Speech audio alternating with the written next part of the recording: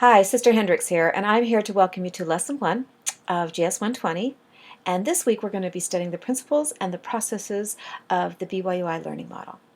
Now you're going to go into that, and so I'm not going to spend a lot of time explaining it to you now, but I do want to talk to you about 3 evidences for the second step, which is teach one another.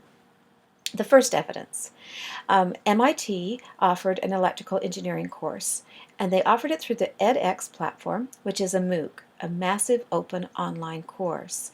And 155,000 students registered for the class, and between 3,000 and 5,000 of them finished.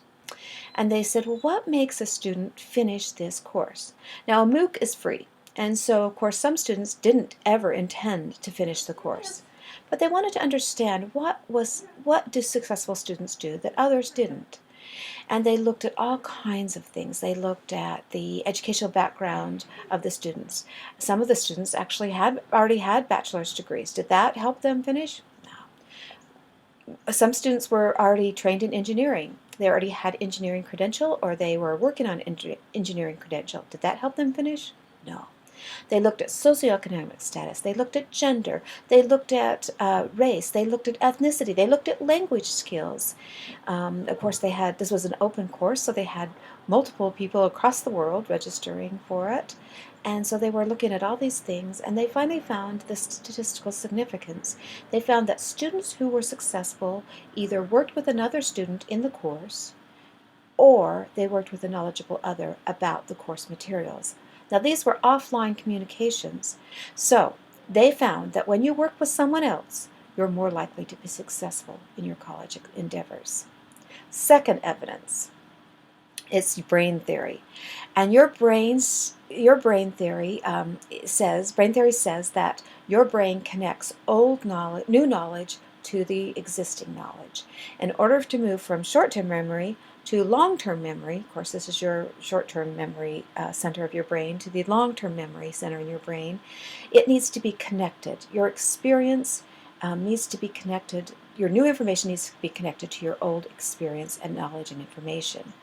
And if you connect it, then you can remember it. Now, how does that happen? It happens when you reflect on what you're learning. Not just the act of reading the material, not just the act of taking notes on the material, that helps, but it's the actual reflection on it and the talking about it that will help move it from the short-term memory center of your brain to the long-term memory center of your brain. So, discussion boards are important. Your pathway gathering is important. Teaching a friend is important. It will help you understand the material. Now, you may think, well, I'm going to the gathering to help my classmates, and I'm posting the discussion board to help those people out there, and I'm teaching a friend to help my friend. Actually, what you're doing is you're helping yourself. You're helping your brain move your new knowledge from your short-term memory to your long-term memory. So, you're doing it for others, but you're also doing it for yourself. Third piece of evidence, it's called cognitive dissonance or cognitive conflict. Now, in Harvard, there was this study done by a whole bunch of Harvard graduate students. Not graduate students, Harvard graduates, students who had graduated with a Bachelor's of Science degree, and they looked at students who were trained in the physical sciences field. And after they graduated, they asked them a simple question. They asked them, what makes the seasons? How does the earth go from winter to spring to summer to fall? What makes the seasons? And these were smart people. They wouldn't have gotten to Harvard if they hadn't been smart. And they were successful people because they graduated from Harvard. And yet, most of them could not form educationally sound or educationally correct answer. Why?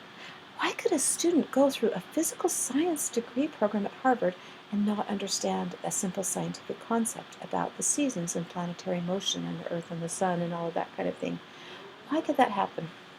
Well, it happens because there was not this educational conflict or this educational cognitive dissonance. Now, cognitive dissonance is when you say, okay, I've got this new information coming in, I want to connect it to my old information, knowledge, and experiences. Like Tetris, those blocks coming down, they need to fit in order for me to move it from short-term memory to long-term memory. But unless I reflect and empathetically listen to other people's reflections, I don't get cognitive dissonance. And if I don't get cognitive dissonance, I never stop and say, is my old ideas correct? Am I putting new information into with old ideas and never actually thinking about if my old ideas are right? And if I don't do that, I can't learn. I just put new information on top of my old misconceptions. That's not learning. That's just gathering knowledge. We got Google for that. Your brain is much, much more sophisticated. And so you need to think about what you know as your new information is coming in. You do this by listening to others, by empathetically listening to others. And as you listen to them, as you read a discussion board post or you listen to the students in your pathway class, you say, oh, wait a minute, that's not what I thought. Was I wrong or are they wrong?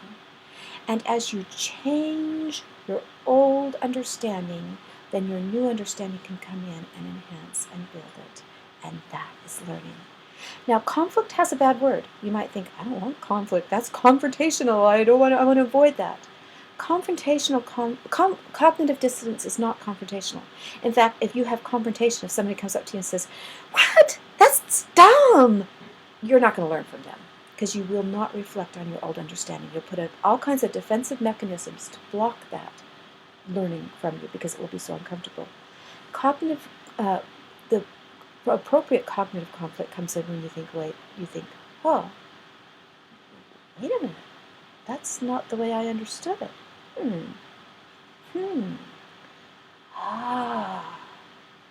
Those kinds of things, that's cognitive dissonance. That's simple, quiet, thoughtful reflection. Well, wait a minute, that's not quite what I understood. Are they wrong? Or am I wrong? And how does this work to fit together? That's when learning occurs. I want you to learn. I want you to be successful. I believe in you. So good luck and get busy.